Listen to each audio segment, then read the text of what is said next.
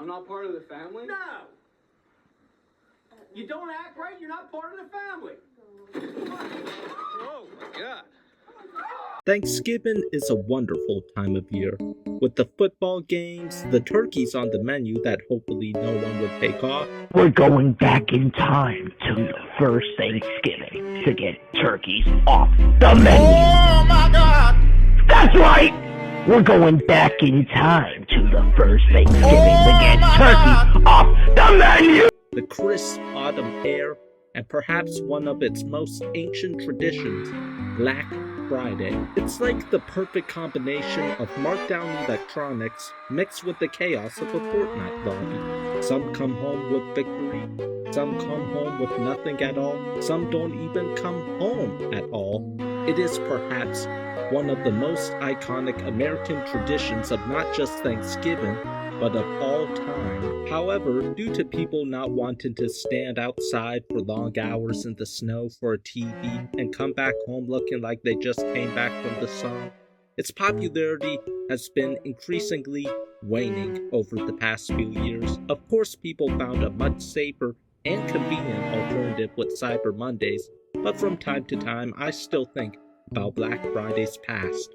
I mean, you barely see it on the r/public freakout Reddit. That and school fights. I mean, sometimes you want to watch children fight for your own amusement. You know, as a kid around 10 years ago, I wanted an iPad. Regular or mini, it didn't matter to me. Weird question, but does anyone else find it weird that the minis are now more expensive than the regular iPads? Or is that just me? But anyways, I was stoked on the possibility of getting one for cheap for Black Friday, but I never did get it because my parents didn't want me to get hooked on it, and they really instilled in me the difference between wants and needs. But I did manage to get one 9 years later for my birthday, thanks sis. Around that same time of that particular year, there was a piece of media that perfectly encapsulated my feelings towards that most avaricious of holidays, that being the South Park Black Friday saga.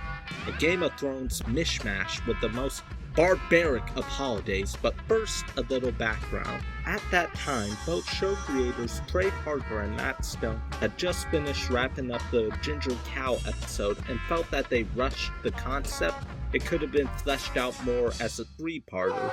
Still wishing to do another trilogy due to how experimental and fun it was compared to the usual 20-minute episode. Either a two-parter or a trilogy, because it just really is a different way of writing. You don't have to. You really get in this rhythm with the show, usually knowing that you've got kind of 21 minutes, that it's like a scene can really never last more than a minute. And it just has this certain pace to it. And once you get into a two-parter, and especially a three-parter, you can kind of write differently and let things kind of breathe, and it's actually just kind of fun for us to do. So they decided to do a Game of Thrones parody, as they were both huge fans of it and could vocalize their frustration with being baited by the show. And since the time of writing it was in November, the duo decided to mishmash it with Black Friday, as it seems Black Friday is the type of thing that the people of the town would go nutso over. Now, with that out of the way, let's get into the first part of this trilogy, eponymously called Black Friday. Also, I forgot to mention I have not seen Game of Thrones because I heard the ending wasn't that good. Boo me, I know. So instead, when discussing characters, I will try likening them to another show that I have actually watched, Shogun. Anyways, the episode begins with the welcoming of the new temp watchman for the South Park Mall, with Randy enlisting supposedly to get some extra holiday money, but it's really to get first pickings at the discounted stuff, with the mall this year doing an 80% off discount for the first 30 people inside, which will no doubt lead to extreme carnage. Meanwhile, Cartman hears news of this and mobilizes the children of the town to unite to get the next-gen console of the season for the 80% off discount, and so that they all could play on the same system. However, the Children's Alliance soon splits into two sides over whether or not they should purchase the Xbox One or the PS4. Kyle on the Xbox side, and Stan swearing his allegiance to the PlayStation side. Soon, it evolves from not just a battle for the new console, but what will be the new console of the future, with each side accumulating power from those who would join. Cartman takes Kenny as Lady McCormick aside in the Garden of Andros and tries to pull some Yabushige type shit, claiming that them and only them would get the Xboxes, with the rest acting as fodder. Get the hell out of my yard! Back in, dude. This is the Garden of Andros.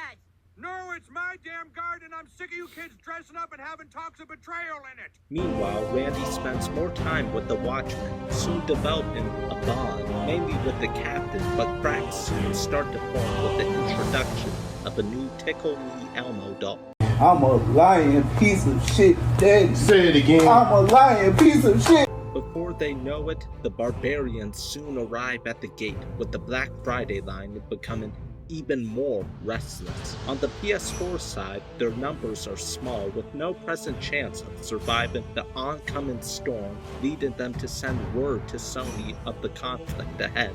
Not wanting to be seen as the weaker console, they soon send aid in the form of a Black Friday PS4 bundle in order to entice customers. Meanwhile, back at the mall, Randy is giving out wristbands to the mob that would let them reserve their spot, leading to mass pandemonium, ending with the captain getting fatally stabbed. As the captain lays dying, Randy confesses his true motives, with the captain bestowing him his position before going to that great Sears in the sky, with the episode ending with the PS4 army newly empowered and looking upon their new leader, Princess Kenny, now entering her Mariko-sama era.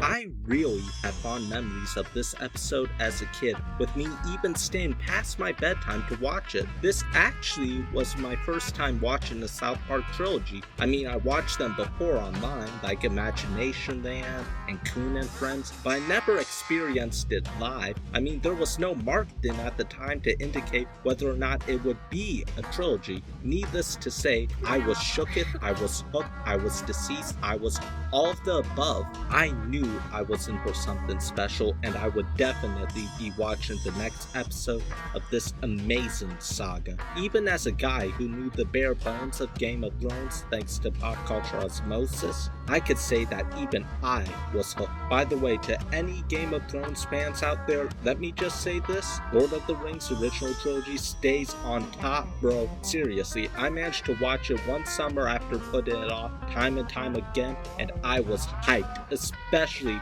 in that scene from the 2 Hours. You know which one got me acting like Speed when he just exists? But seriously, I look back on this episode as not just a time capsule to when Game of Thrones was at its peak and the belief that the Xbox One would be a success. Seriously, I don't know anyone with an Xbox anymore. If you do, please let me know. Looking back on this episode, the answer to their problem would have just been to play Fortnite, but alas, the technology just wasn't there yet. Anyways, thanks so much for watching. Let me know if you guys want me to do a part 2 detailing the next part of this trilogy, or if you remember anything from this episode, drop a like, comment, your credit card information, or you could just subscribe. Anything helps. I will see you soon. Peace.